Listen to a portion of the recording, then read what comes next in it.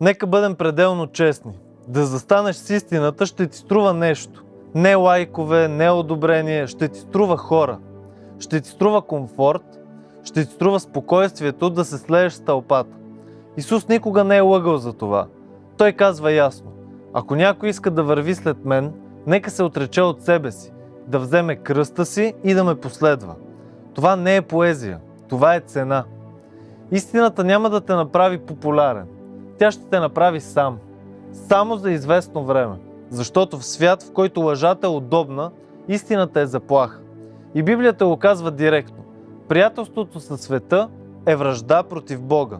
Това не означава да мразиш хората. Означава да откажеш, да лъжеш заради тях. Да застанеш с истината означава да говориш, когато всички мълчат. Да стоиш, когато всички се навеждат. Да загубиш одобрението, за да не загубиш душата си. И ето бруталната реалност. Повечето хора не отхвърлят истината, защото не я разбират. Отхвърлят я, защото не искат да платят цената.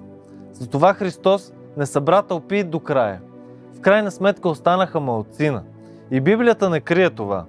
Тясна е портата и стеснен е пътят, който води към живота. Да застанеш с истината означава да кажеш: не всичко, което е позволено, е правилно.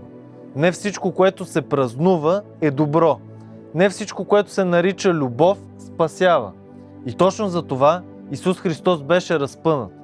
Не защото беше мил, а защото беше истина. И ето последния въпрос, който няма как да заобиколиш.